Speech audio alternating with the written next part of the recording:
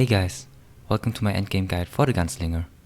Let's go over her recommended mobility skills. First, we have Somersault Shot. Leave the skill at level 1 because it's already good enough. Use Somersault Shot as a gap closer or use it to run away.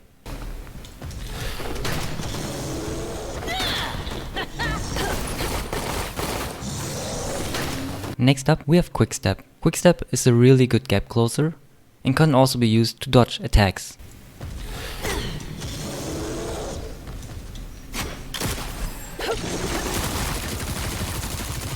I recommend to level Quick Step to level 4 and get a tripod life absorption for the really nice attack and movement speed buff. Next up, we have Dexterous Shot. I normally leave the skill at level 1 because we have other skills to prioritize. If you have enough skill points, you can either level it to level 1 and get weakness exposure for a nice debuff, or level it to level 7 and get excellent mobility. And your last mobility skill, Peacekeeper, is not only a mobility skill but also your counter skill. Level the skill to level 4 and get excellent mobility, so you can also use it as a gap closer and counter easily. Now let's go quickly over your free filler DPS skills in your handgun stance. We have AT-02 Grenade, leave it at level 1. We have Equilibrium, which is already a nice damage skill, but you can leave it at level 1. Or if you have enough skill points left, you can also level it to level 4 and get weakness exposure for a nice debuff.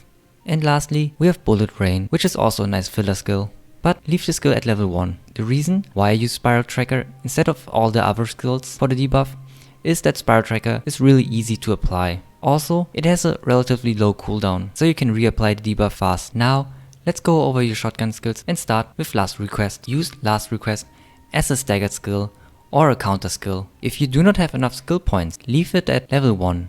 If you have some skill points left, I recommend to level it to level 7 and get Quick Prep and Execution. Execution will make countering easier with the skill. Next up, we have Shotgun Rapid Fire. I strongly recommend to level the skill to level 10 and get in a tight spot so you can attack the boss from any direction, Enhanced Shot for a nice damage boost, and Special Bullet for even more damage.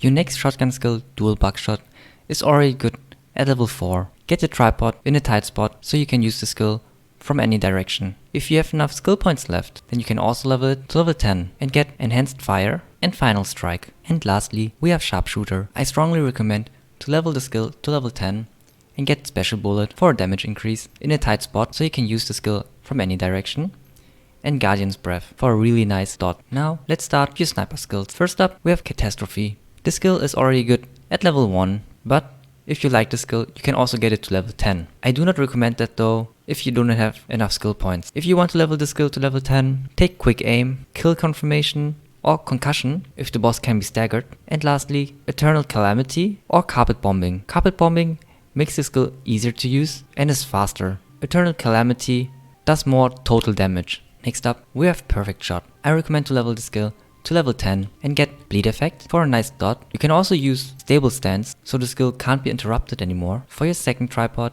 I personally use Perfect Aim so it's easier for me to cancel the skill if the boss decides to move, but you can also use the other two tripods, Kill Confirmation or Precision Shot. For your third tripod, take Enhanced Shot.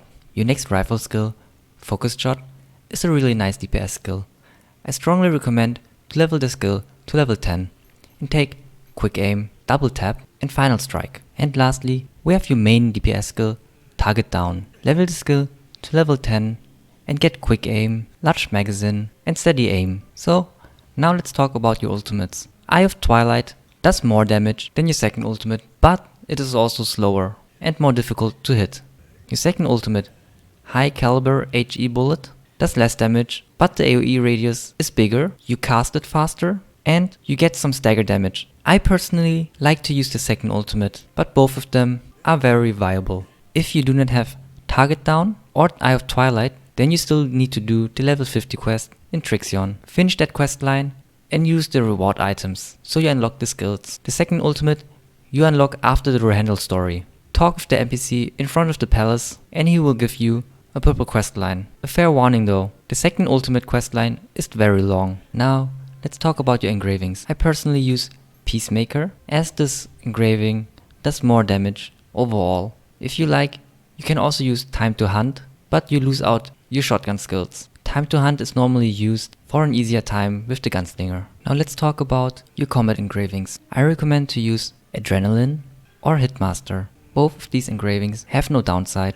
and give you a nice damage boost. Later on in the game, you can use engravings like Grudge and Cursed Doll. I do not recommend to use Grudge and Cursed Doll if you have them only at level 1. You need them at level 3.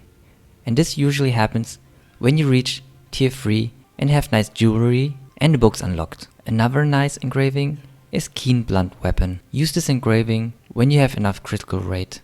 For the card set, I recommend Forest of Giants and We Will Meet Again. Both of these card sets are really good when you're still learning the game. I will do an in-depth card guide in the future, but in general, these two card sets are really good. For your stats, I would concentrate on critical and swiftness. Critical works especially well with your synergy and the blunt weapon engraving. So that's it for my Gunslinger endgame guide. I hope you guys liked the video and see you next time. If you need a leveling build for the Gunslinger, check it out in the description.